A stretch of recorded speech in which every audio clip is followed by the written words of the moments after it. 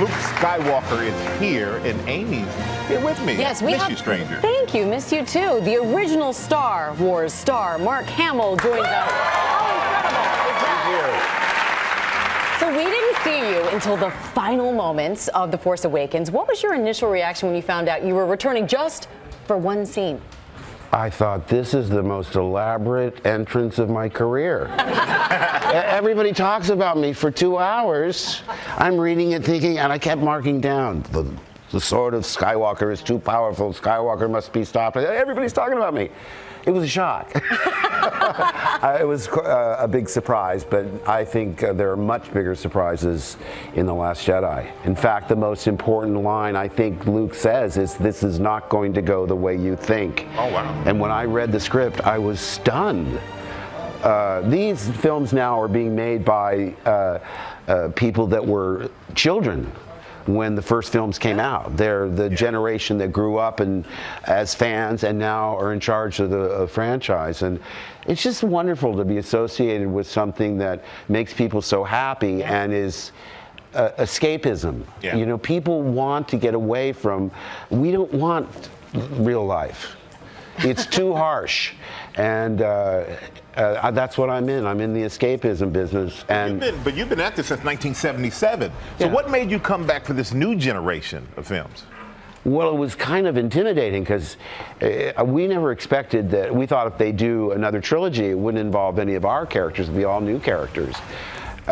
So I thought, well, it's all or nothing. It's got to be Harrison and Carrie and all of us. I said, well, Harrison will never do it. You know, he's so accomplished, and you know, I thought for sure that he would say no. When I read in the paper that Harrison had signed for Harrison Ford, I said to my wife, well, I've been drafted. Me too. Yeah. And you mentioned There's Carrie. no turning it down now. You mentioned Carrie Fisher. She makes her final appearance in this latest film. Carrie. You all were friends for 40 years? Yeah. How would you describe your relationship with Carrie? It was intense because we blew hot and cold. We'd hate to admit that we were more like each other than we would have said ourselves. In fact, when we found out that we were twins, we both went, "Oh, are you kidding me? You're just doing this to top that." I thought you guys were romantic. It really bothered me when I was watching it the first time. I was like, what, they're brother and sister? Imagine how I felt. Yeah.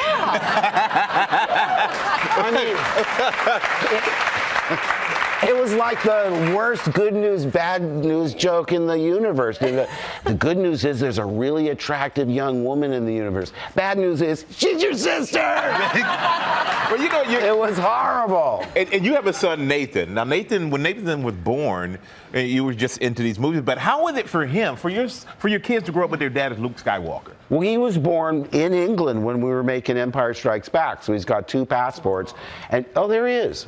He's the most passionate Star Wars fan in my family. Griffin likes it, but he's like, he likes David Cronenberg films better. And Chelsea is also a fan, and she's also my personal assistant, and so, you know, I keep my family together. But, you know, I heard on a sleepover the boys talking, you know, with their friends, and their friends were saying, it must be so cool to have Luke as your father. And Nathan goes, Luke Skywalker doesn't tell you to clean up your room and do your homework. That's amazing. And speaking of sons, by the way, and speaking of being a dad, the internet is obsessed with your look-alike, Sebastian Stan. You've even called him your son. He had a message for you that we're going to play right now. Oh, yeah. Dad, hey, I know, I think the beard looks good, you know. I was sort of thinking of looking at your picture, but I'm pretty good with it now. Anyway, I just want to let you know I got orange juice and eggs and everything in the fridge, so when you get home tonight, you should be all good. If you want to feed the cat, too. Wow. Do you see the resemblance?